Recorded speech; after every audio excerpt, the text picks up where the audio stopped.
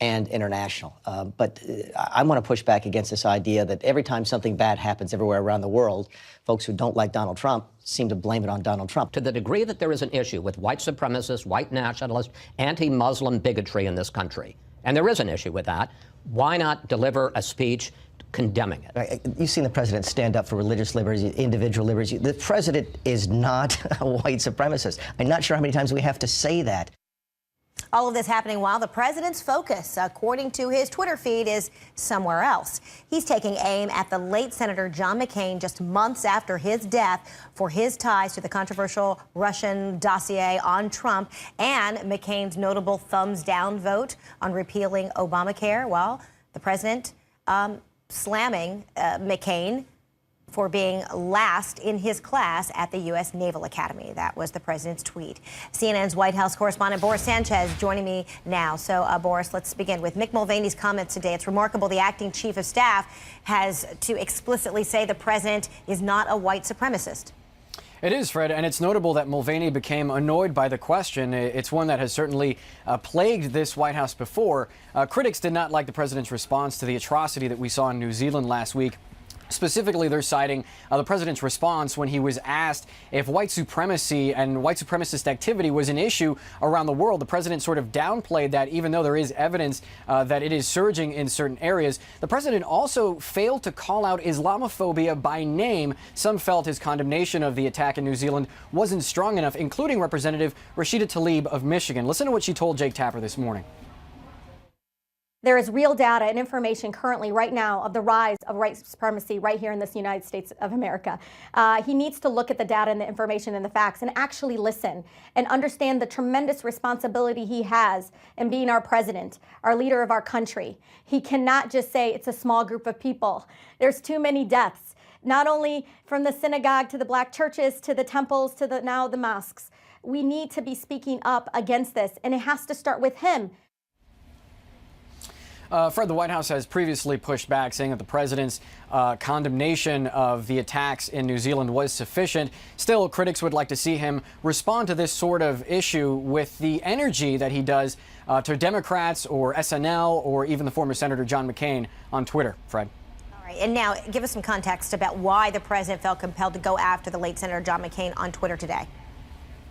Right. Well, John McCain was actually one of the first people to see the Steele dossier, some of that salacious information that was collected during the 2016 campaign. McCain denied that he ever shared that with journalists, but we know that at least one of his aides did, and some see that as a stain on McCain's legacy, including former investigator Kenneth Starr. Listen to what he told Fox News.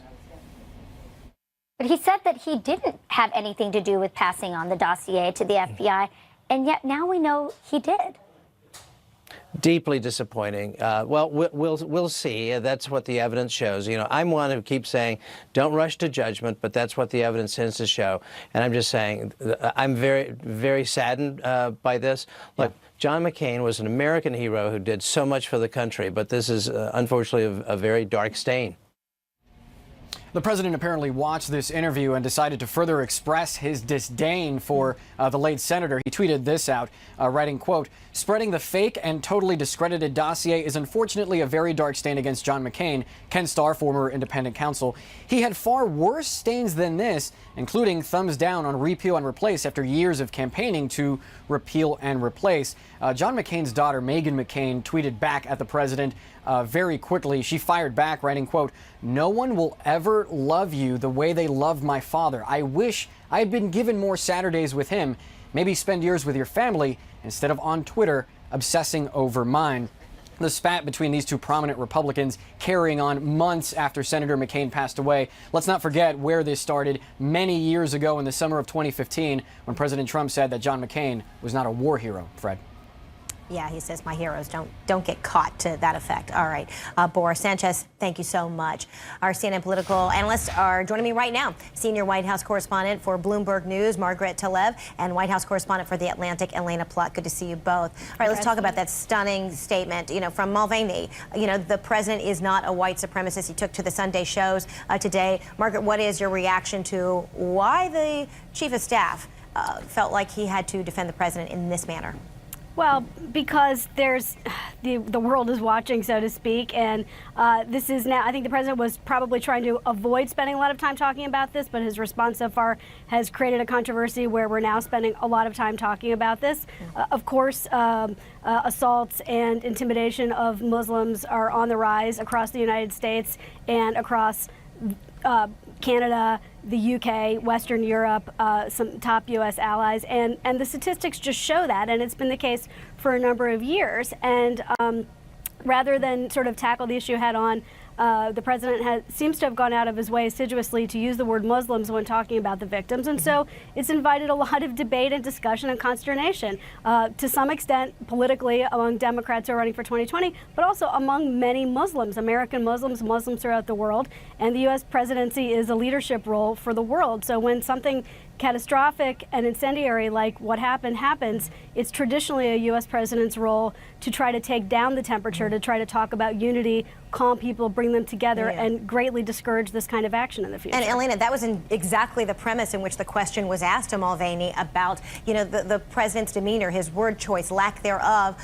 on the world stage. And, you heard Mulvaney, make the comment that, well, anytime, something bad happens, people don't need to be blaming the president. It's not that the president is receiving blame for what happened in New Zealand, but people are looking to the world's most powerful leader, to comfort everyone and to condemn what took place. Well, I think, Fred, when you said lack thereof, that really is the key statement. And somebody like Mick Mulvaney finds himself in the exact position that many high-profile aides of Donald Trump often do in the unfortunate aftermath of these, frequently on-the-rise tragedies. And it's not necessarily because they feel that they're itching to defend this president, but often the president doesn't say anything in the aftermath of these sort of things, or he sends kind of the cursory tweet, and then he is fixating on the next thing. So right, because he picks and chooses. He picks and chooses when he wants to be very loquacious, and then there is silence. So the aides have to, in many ways, fill that void because they know when they go on the Sunday shows, this is what not only anchors are going to be looking to, but what people across the country and the world are going to be looking to. If the president can't do it himself or chooses not to, that task will always fall upon whoever the chief of staff is at that moment. Here was another moment from Mulvaney this morning.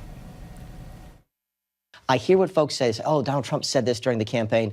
Look at what we've done while we've been here. And I don't think anybody could say that the president's anti-Muslim. All right, so Margaret, what do you say to that? Because a whole lot of folks have been saying that, particularly after what happened in New Zealand, because they're recalling so many sentiments from the president from, the Muslim ban, travel ban in this country. Well, and, as a journalist, you look to his past statements, and you also look to what he doesn't do and who he hasn't met with. And this is an opportunity in the week ahead for a president, for example, to try to convene Muslim American leaders to talk about concerns in their community. So we'll see if anything like that happens. I think there's also the problem of some mixed messaging when you see the tweets embracing Jeanine Pirro, jumping to her defense. It's that combination of what he's saying and what he's not saying that's raising a lot of questions that the president himself kind of uniquely has the ability to clarify if he wants to, but then when he feels sort of besieged, rather than address the issue, he just sort of lashes out. And so that's, I think, what we're seeing today. And this coupled with, the president's tweets this morning, his comments on the late Senator John McCain. So, Alina, what does the president feel that he has to gain to do this?